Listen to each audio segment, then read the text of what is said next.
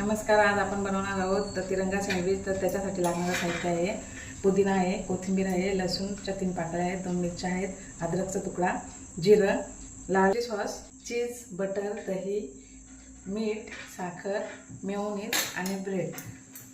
तर चला तर आपण आता याचा ग्रीन चटणी बनवून घेऊ. त्याच्यामध्ये आपण याच्यात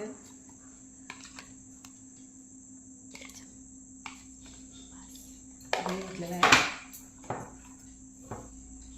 मीठ आहे चवीपुरती,